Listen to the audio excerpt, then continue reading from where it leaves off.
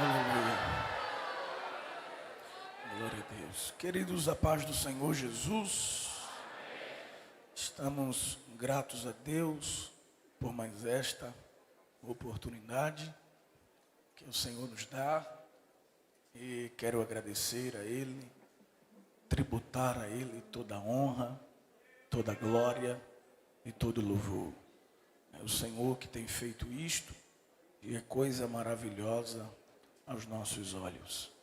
Queridos, mais uma vez queremos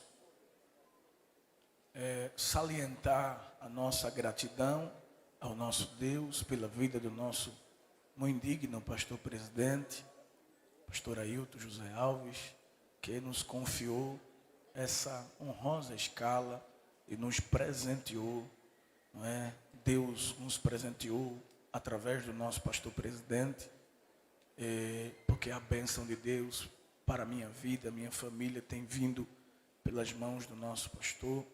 E Deus abençoe o nosso pastor presidente onde quer que ele esteja.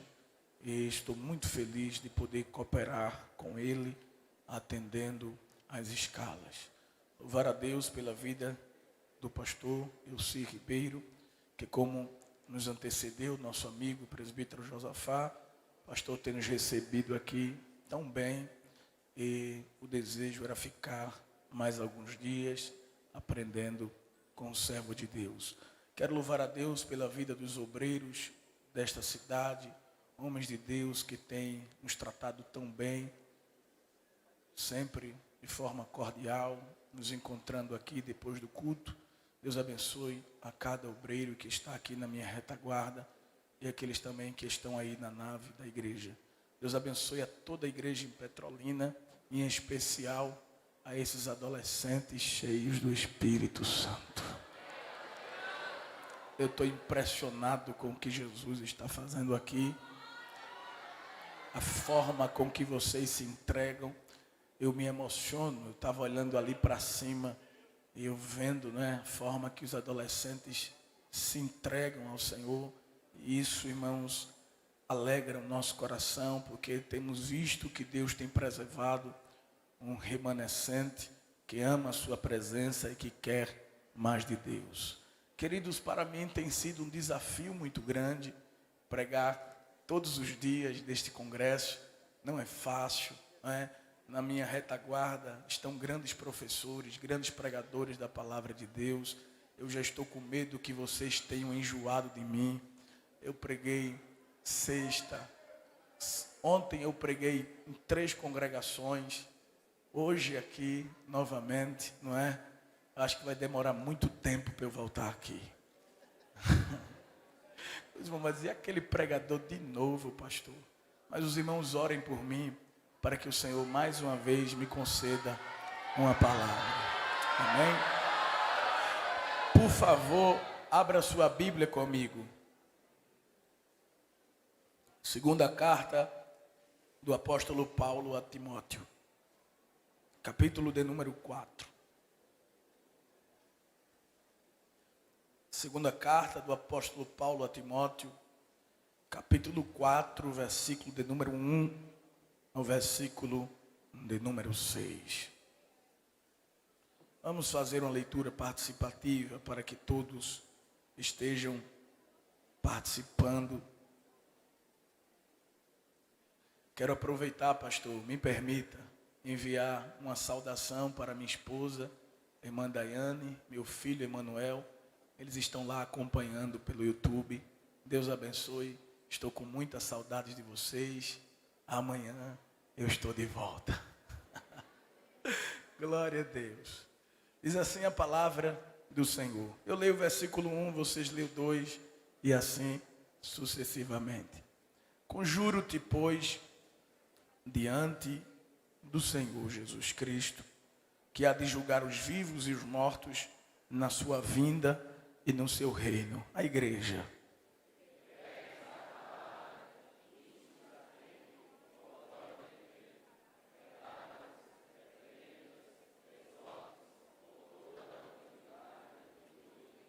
Porque virá tempo em que não sofrerão a sã doutrina, mas tendo comichão nos ouvidos, amontoarão para si doutores conforme as suas próprias concupiscências.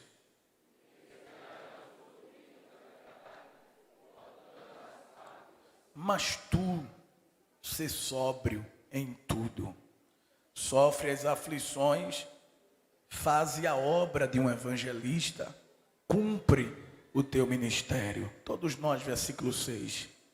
Porque eu já estou sendo oferecido por aspersão de sacrifício, e o tempo da minha partida está próximo. Queridos, eu quero repetir, não é? Ou reler em outra versão, na versão NVT, apenas o versículo de número 6, uma parte, a primeira parte deste versículo, e eu falo e vocês repetem, por favor. Quanto a mim, minha vida já foi derramada como oferta para Deus. Diga mais uma vez. Quanto a mim, minha vida já foi derramada como oferta para Deus.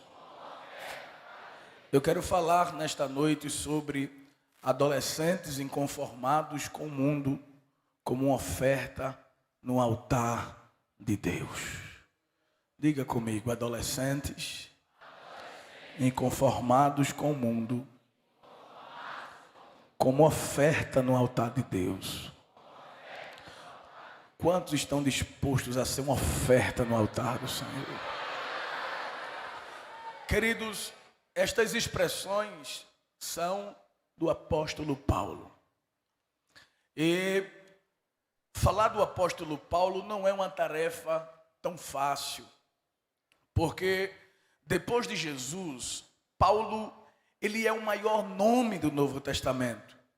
Foi o maior missionário da igreja primitiva, um desbravador do campo missionário, um pioneiro das missões transculturais.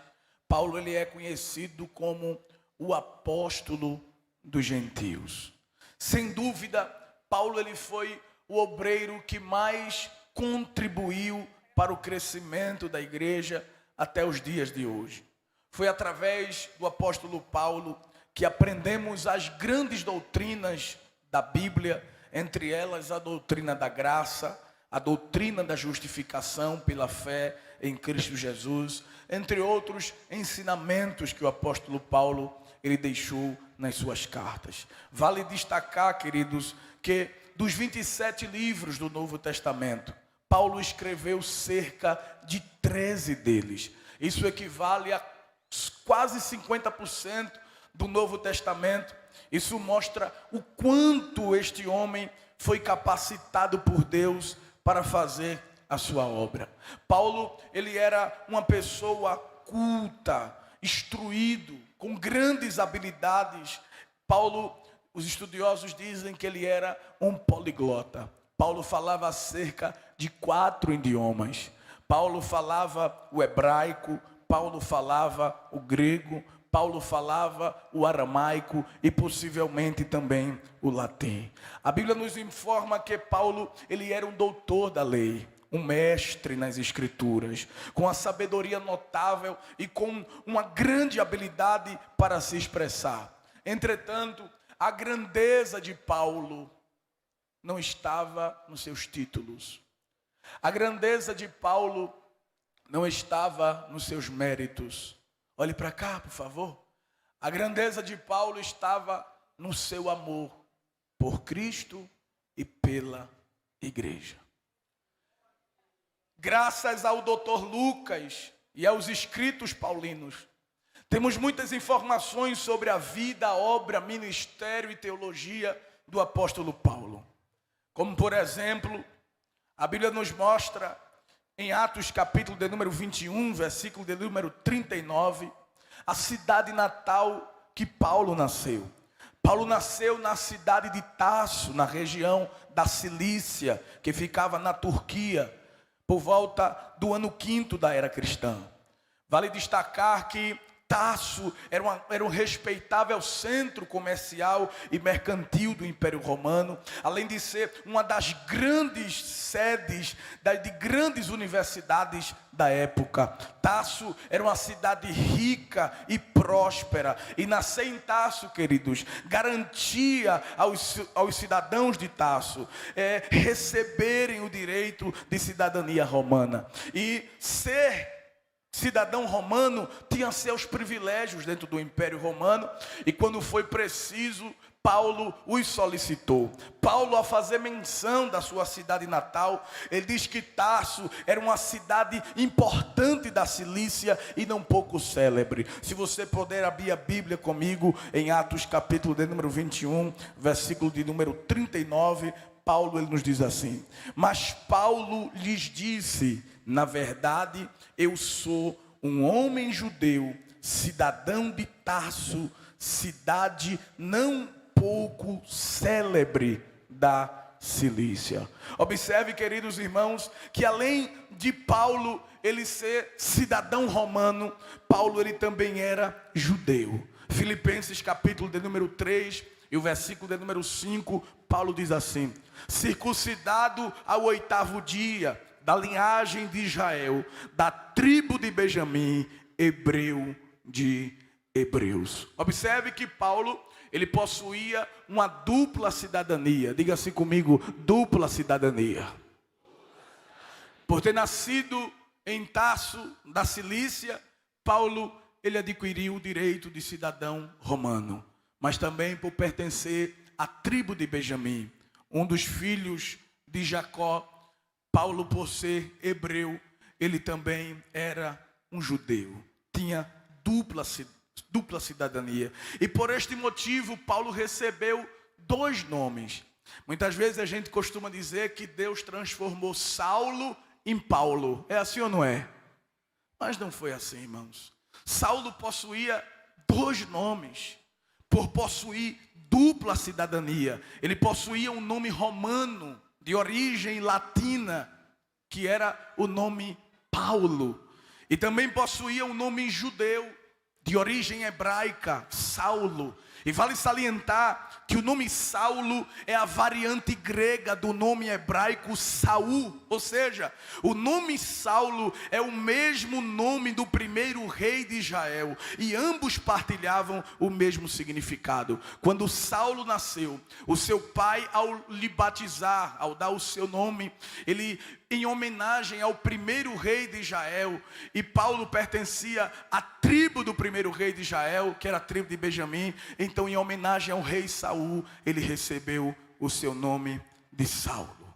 Observe que além do seu nascimento, local de origem de Paulo, a Bíblia também nos mostra a educação que este homem teve. Filipenses capítulo 3, versículo de número 5, Paulo diz que segundo a lei ele foi fariseu. Paulo, irmãos, ele seguiu os passos do seu pai, pois seu pai também era um fariseu, conforme Atos capítulo 23 e o versículo de número 6. E mesmo Paulo, irmãos, ele nascendo em Tarso, e Tarso sendo uma cidade tão importante, com grandes faculdades e universidades da época, não foi lá que Paulo ele foi criado. Ainda muito novo, ele viajou para a cidade de Jerusalém, no centro de Israel. Diz a palavra de Deus que Paulo ele foi criado em Jerusalém e educado aos pés de um homem, doutor da lei e fariseu, chamado Gamaliel, conforme Atos 22 e 3, que nos diz assim: quanto a mim, sou varão judeu, nascido em Tarso da Cilícia, mas criado nesta cidade aos pés de Gamaliel, instruído conforme a verdade de nossos pais, zeloso para com Deus,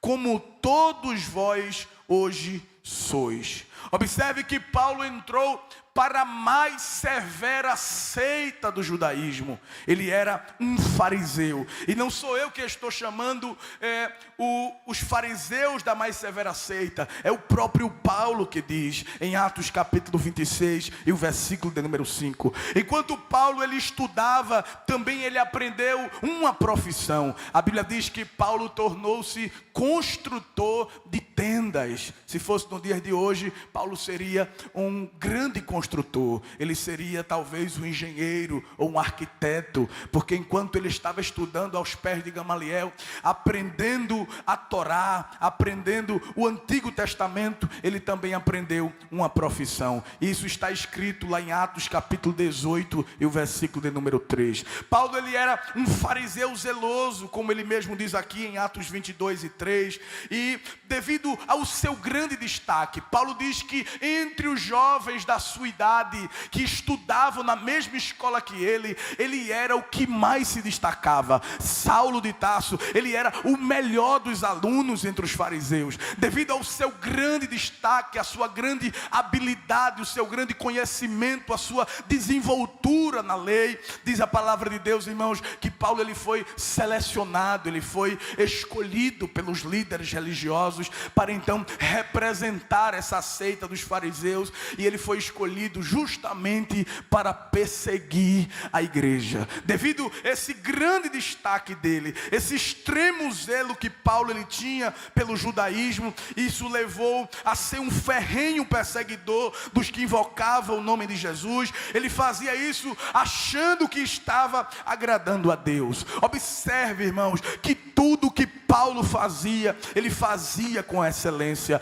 Paulo se entregava por completo, ele dava o seu melhor. Como aluno, ele era o melhor. Sempre que ele estava fazendo algo para Deus, porque na mente dele perseguir a igreja era algo que estava agradando a Deus, Paulo dava tudo de si, ele se entregava, e por causa disso ele tornou-se um perseguidor da igreja. Gálatas capítulo 1 versículo 13, Paulo nos diz assim: porque já ouviste qual foi antigamente a minha conduta no judaísmo, como sobremaneira persegui a igreja de Deus e as assolava. Paulo, irmãos, ele fala, ele dá detalhes de como ele perseguia a igreja. Uma coisa é nós analisarmos mediante a nossa ótica quem era Paulo, quem era Saulo de Tarso, aquele grande perseguidor. Outra coisa é o próprio Saulo explicando, falando como ele fazia isso com a igreja.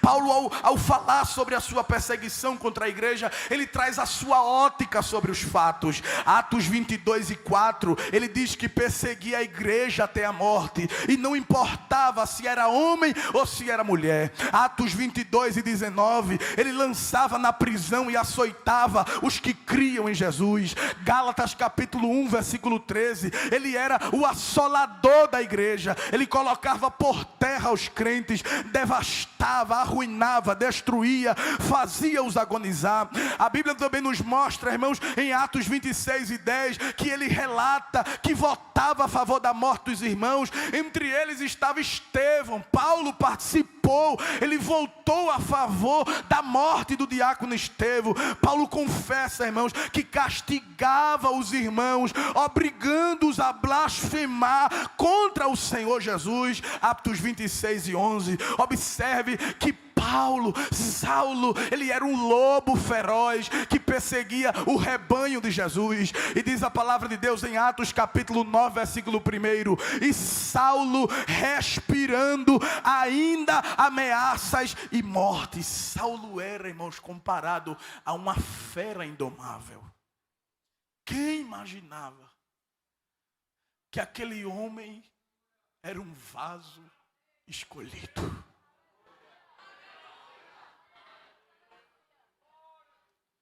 Quem conseguia ver que Deus ia transformar aquele homem em um instrumento? Os olhos de Deus penetram no coração. A capacidade do olhar de Deus de ver qualidades em nós não se compara a ninguém. O poder dos olhos de Deus de extrair o melhor que está dentro de nós é tremendo. Tem coisas que está aí dentro, olha aqui, que é como uma flor dentro de ti, que ainda não desabrochou, mas no tempo certo vai brotar, vai desabrochar. O tempo, escuta isso aqui, que o Espírito me parou aqui para dizer isso aqui. No tempo, o que Deus tem contigo há de ser revelado. No tempo, os dons, os talentos que o Senhor te deu começarão a ser manifestados. A igreja dele vai perceber, os líderes irão perceber que Deus tem algo especial contigo. Hoje alguém olha e não consegue ver, mas os olhos de Deus penetram. Deus olhou para Adão e disse: Eva está dentro de ti. Dentro de mim? Aí, estou vendo ela. Aonde? Na tua costela. Dorme, eu vou fazer a cirurgia. Tirou a costela de Adão. Eita, tem algo dentro de ti que Deus vai precisar. Aleluia. Eu vou dizer de novo, porque eu sei que o Espírito está falando. Tem algo dentro de ti que o Senhor vai precisar. E quem colocou foi Ele. Aleluia. Porque a Bíblia diz que o oleiro, quando ele trabalha no vaso, irmãos, ele não trabalha com uma mão só, ele trabalha com as duas. Ele trabalha com uma mão por dentro e uma mão por fora. É impossível o oleiro trabalhar no vaso, no barro, e não deixar as digitais do oleiro no vaso. Tu carrega as digitais do oleiro em ti. Meu Deus, eu vou dizer de novo. Tu carrega as digitais do oleiro em ti. A mão dela entrou dentro de ti e tu nem percebeu. E ele já colocou algo especial e espiritual dentro de ti. Nesse congresso eu estava sentado aqui e o Espírito disse a mim: filho, diga para a minha igreja que esse congresso é o congresso do encontro. Eu vou me encontrar com muitos. Depois desse congresso eu farei mudanças na vida espiritual de muitos. Você crê nisso, que vai haver mudanças? Vai haver mudanças. Ah, meu Deus. Saulo, ele era um lobo feroz que perseguia as ovelhas do Senhor Jesus. Como disse, irmão, Saulo, ele era da tribo de Benjamim. Os descendentes de Benjamim eram uma raça guerreira, um clã guerreiro. O sangue que corria nas veias de Saulo era um sangue de guerreiro, de pessoas determinadas, tanto para fazer o bem quanto para fazer o mal. Saul, o primeiro rei de Israel, ele era da tribo de Benjamim. E os irmãos sabem quem era ele. Saul possuía um temperamento forte. Além disso, Saul, ele era um homem sanguinário. E os benjamitas, eles tinham essa característica. Lembra de Mardoqueu? Mardoqueu era benjamita. E benjamita é corajoso. A mãe passava, disse: prostra. Ele disse: me prostro não. Sou benjamita, rapaz. Sou do clã dos guerreiros. Corre no meu sangue. Você pensa que eu tenho medo de você? Mas eu vou preparar uma forca para você. Não tem problema. O Deus de Abraão, Isaac e Jacó quebra a forca, desfaz. Ele desfaz. Pode preparar que ele desarma. Lembra de Esther? Esther era sobrinha de Mardoqueu. E ela também era benjamita. Por isso ela era determinada. Ela disse: eu vou entrar na presença do rei. Alguém disse assim: tu não pode, mulher, entrar. Se tu entrar sem ser chamada, tu vai morrer. Não tem problema. Eu sou da tribo de Benjamim. Pessoas da tribo de Benjamim são determinadas. Eu entro, eu morro, mas pelo menos eu tento fazer alguma coisa pelo meu povo. Essa era a característica, irmãos, dos benjamitas. E Saulo, ele era da tribo de Benjamim, da tribo tribo dos lobos. Olha para cá, lembra quando Jacó foi abençoar os seus filhos em Gênesis capítulo 49? Ele disse assim em relação a Judá: Judá é leãozinho, ou seja, Judá é leão. Mas quando ele vai falar sobre Benjamim, ele diz assim: Benjamim é lobo. Meu Deus, Benjamim é lobo, lobo que despedaça. E Saulo, ele era da tribo de Benjamim, da tribo dos lobos. Para os irmãos terem ideia, cada tribo de Israel, eles tinham um estandarte, uma espécie de bandeira que eles caminhavam dentro do deserto, e o símbolo da tribo de Benjamim era o lobo, era o clã dos lobos, era o clã dos guerreiros.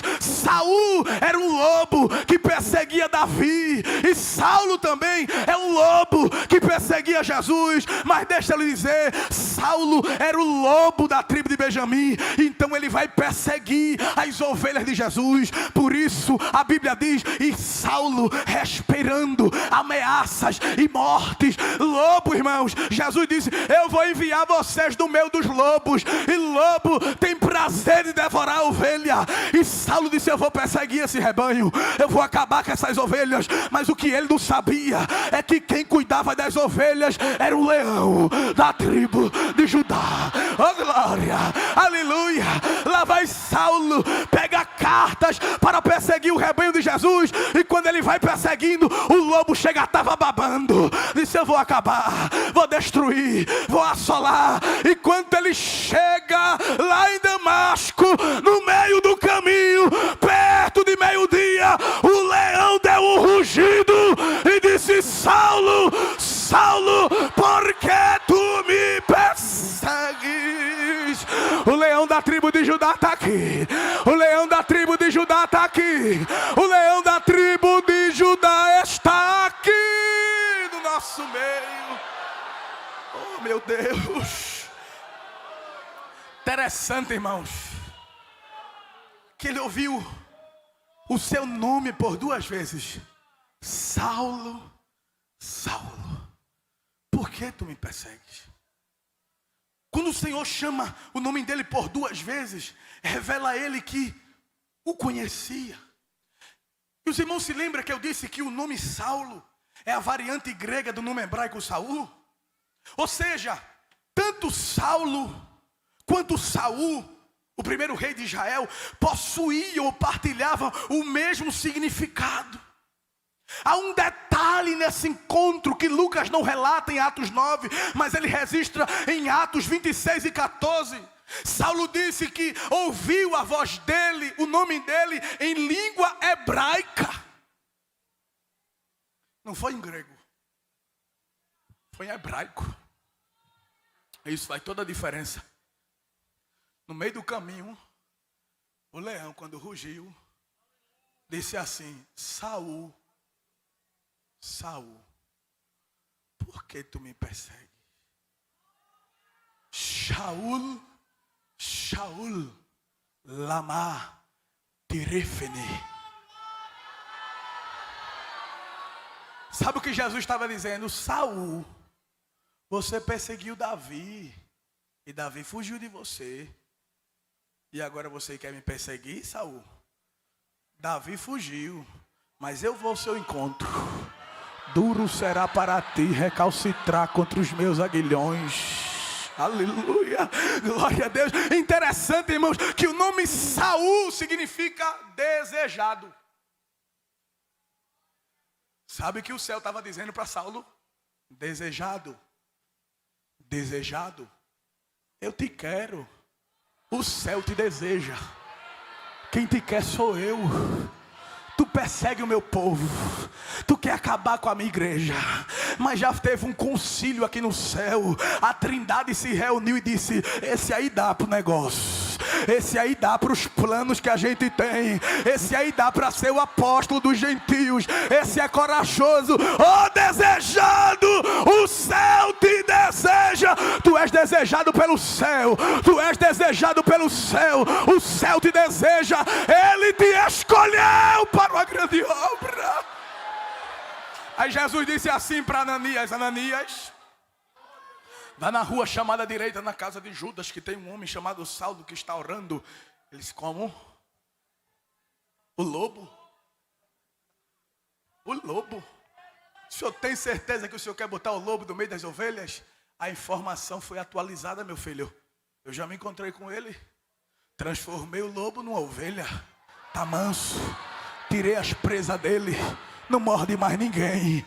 E detalhe, oh glória, ele é um vaso escolhido. Como é, Senhor? Vaso escolhido. Ananias entendeu o que Jesus estava dizendo a ele, irmãos. Porque quando os oleiros, eles faziam os vasos, quando eles colocavam no sol para secar, às vezes alguns vasos trincava, não rachava para que a água saísse não. Ele trincava, ficava com alguns defeitos. Aí os homens, para não perder o trabalho, eles iam lá, passavam uma cera no vaso. E quem não conhecia de vaso, chegava lá e pegava o vaso com defeito, mas ele estava todo encerado. Mas quem entendia de vaso era diferente. Ele pegava o vaso que estava trincado, botava na luz e disse: tem um trinco aqui, esses vasos não servem não. Aí ele ia escolhendo.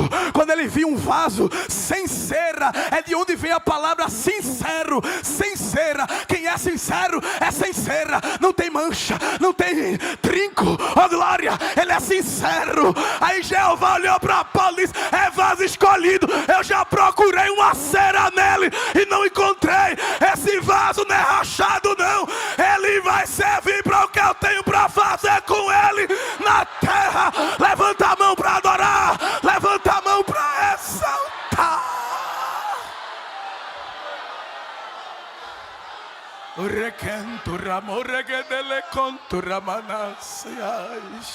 Receba, porque você é um vaso escolhido. Oh glória. O Senhor, irmãos, então salva Paulo. Eu vou correr por causa do tempo. Saulo então decide, irmãos, se dedicar ao Senhor. Ele diz: olhe, ele me salvou, se encontrou comigo, eu agora vou me dedicar para ele. Eu vou entregar a minha vida como uma oferta. Paulo, que outrora tanto se dedicou, irmãos, ao judaísmo, agora estava disposto a dedicar toda a sua vida por Cristo e morrer por amor a Ele e ao seu Evangelho. A marca da vida de Paulo é o amor por Cristo, pela sua igreja, pela pregação do Evangelho, e foi por amar a Cristo que ele se entregou. Paulo era uma oferta de adoração entregue no altar de Deus. E não tem algo mais precioso que o homem possa entregar a Deus, a não ser a sua vida. Paulo disse: eu vou entregar a minha vida. Por isso ele escreveu Romanos 12. Rogo-vos, pois, irmãos, pela compaixão de Deus, que apresentei os vossos corpos em sacrifício vivo, santo e agradável, que é o vosso culto racional. Talvez nessa versão você não consiga entender as riquezas do detalhe, mas na versão NVT diz assim: portanto, irmãos, suplico-lhes que entreguem seu corpo a Deus. Por quê, Paulo? Por causa de tudo que ele fez por vocês. Que vocês sejam um sacrifício vivo e santo, do tipo que Deus considera agradável. Essa é a verdadeira forma de adorá-lo. Sabe o que Paulo está dizendo? Ele está fazendo contraste entre as ofertas do Antigo Testamento e do Novo Testamento. As ofertas eram entregues mortas. Aí Paulo disse: a partir de hoje Deus quer oferta viva. Porque ele entra no altar, o fogo acende ele e ele sai de lá incendiado. Ah, meu Deus. Oferta viva se queima, mas permanece aceso. Oh glória, e aqui eu estou vendo, irmãs, oferta tudo pegando fogo. Aleluia, porque é oferta viva no altar de Deus. E Paulo, ele se dedicou tanto ao Senhor. 2 Coríntios capítulo 12, versículo 15, ele diz assim: eu de boa vontade gastarei e me deixarei gastar pelas vossas almas, ainda que amando-vos cada vez mais, seja menos amado. 2 Coríntios 11, 23 ao 28, Paulo diz assim, já estou terminando: são ministro de Cristo, eu ainda mais. Em trabalhos, muito mais. Em açoites, mais do que eles. Em prisões, muito mais. Em perigos de morte, muitas vezes. Recebi dos judeus 5 quarentenas de açoite menos uma. 3 vezes fui açoitado com vara. 1 vez fui apedrejado. 3 vezes sofri naufrágio. 1 noite e 1 dia passei no abismo.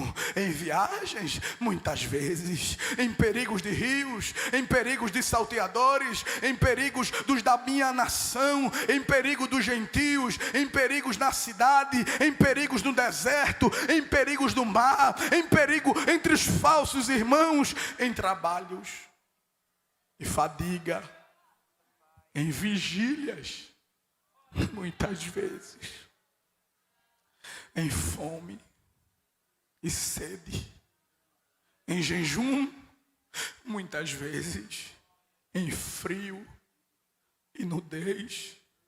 Além das coisas exteriores, me oprime cada dia o cuidado de todas as igrejas. Paulo sacrificou seu tempo, seu descanso, seu sono, seu corpo, sua alma, seu espírito, seus sonhos, seus planos, sua profissão, sua força, seu vigor, os anos de sua vida, tudo foi consumido pelo fogo do altar de Deus.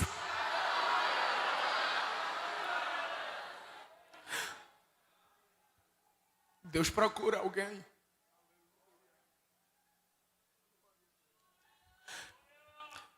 que se entregue.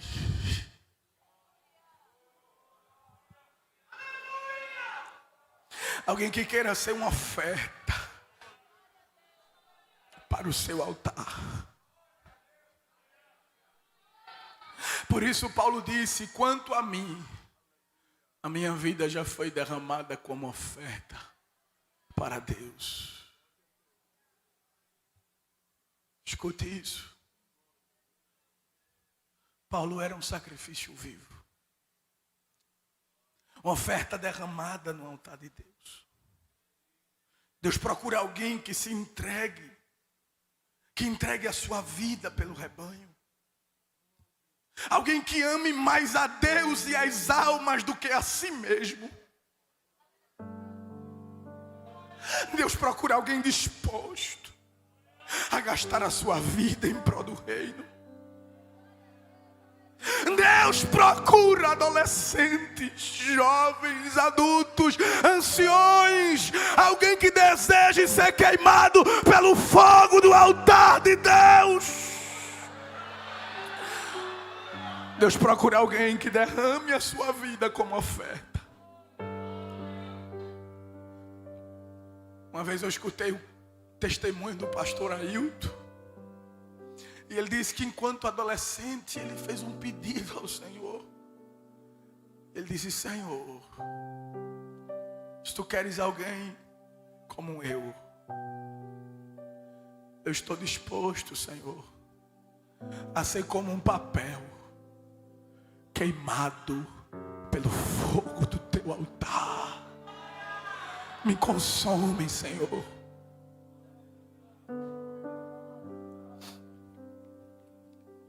Tu és tão novo, não é? Estás disposto a entregar a tua força para o Senhor?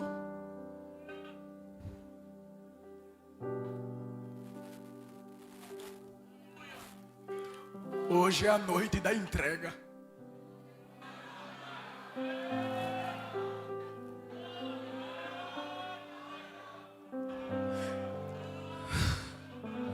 Quem quer hoje se ofertar?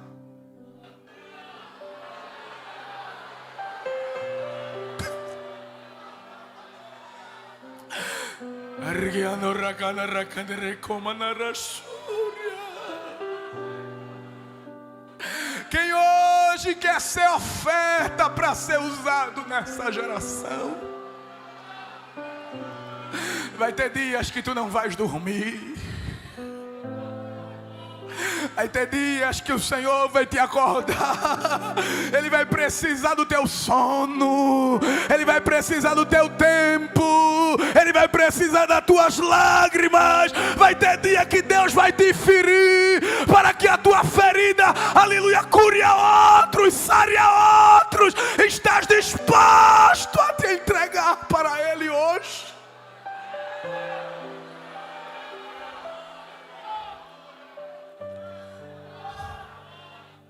Onde estão as ofertas? Há um clamor do Espírito. Eu quero ofertas para o altar das missões. Paulo era uma oferta para o altar das missões. Certa feita, o pastor mandou recolher uma oferta para um campo missionário. E os obreiros passaram com bandejas para tirar aquela oferta. E quando chegaram diante de um adolescente, uma jovem tão pequena, ela disse para o diácono: eu quero dar minha oferta. E ele disse: dê, filha, a sua oferta. Ela disse: mas eu só posso dar se você colocar a bandeja no chão. Ele disse: não posso colocar a bandeja no chão. Coloque, eu quero dar minha oferta. Entregue a sua oferta aqui mesmo. Ela disse: não, põe no chão a bandeja. O outro diácono disse para o outro diácono: vai, rapaz, escuta o que ela está dizendo, põe a bandeja no chão. Quando ele colocou a bandeja no chão, ela entrou dentro.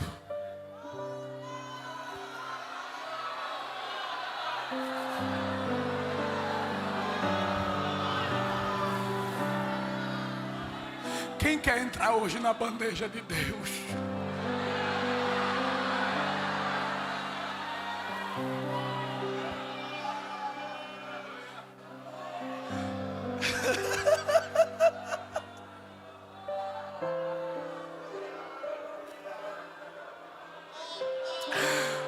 Aquela jovem, ela disse: eu não tenho ouro, eu não tenho prata, mas eu tenho a minha vida, e eu entrego a minha vida para a obra do Senhor. A minha vida eu entrego a Deus, pois o seu Filho a entregou por mim. Não importa onde for, seguirei meu Senhor. Sobre terra ou mar, onde Deus mandar, irei. E se Deus quiser te mandar para longe dos teus parentes, e se o Senhor quiser te mandar para uma terra distante, com uma cultura diferente da tua, como Ele enviou José, como Ele enviou Daniel, e se Deus quiser te enviar para longe daqueles que tu tanto ama, E se Deus precisar que tu abra mão dos teus sonhos, daquilo que tu tanto se dedicou para conquistar, estás disposto a um grito do Espírito aqui nesta noite de encerramento de congresso?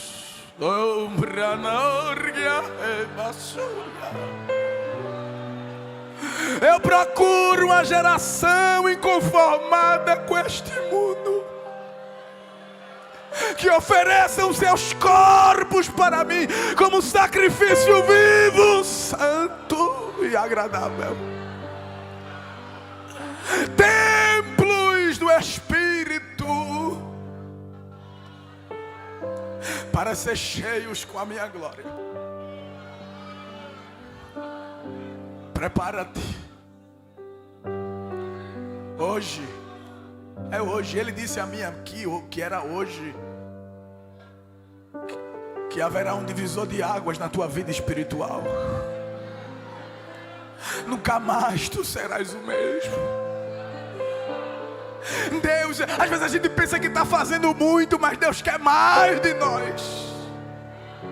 Ele disse para mim esse ano, pastor, final do ano, último círculo de oração, lá na 7 de setembro, na quinta-feira eu estava no púlpito, e ele disse dentro de mim: filho, o ano que vem eu exijo mais de você. O ano que se aproxima é o ano da entrega. E eu, com lágrimas nos olhos, eu disse: Senhor, eu já tenho me esforçado tanto.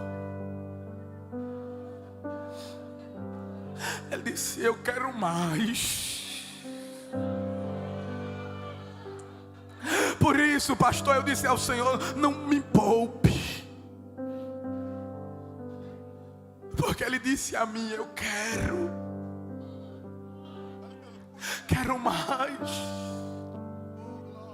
Eu disse: eis-me aqui, Senhor. Conte comigo.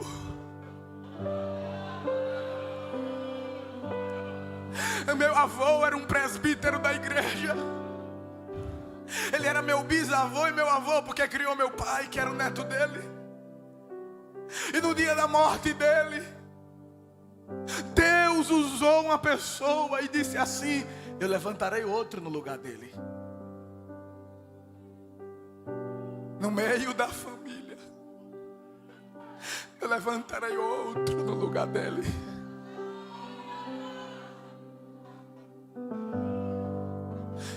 Eu era uma criança de 11 anos.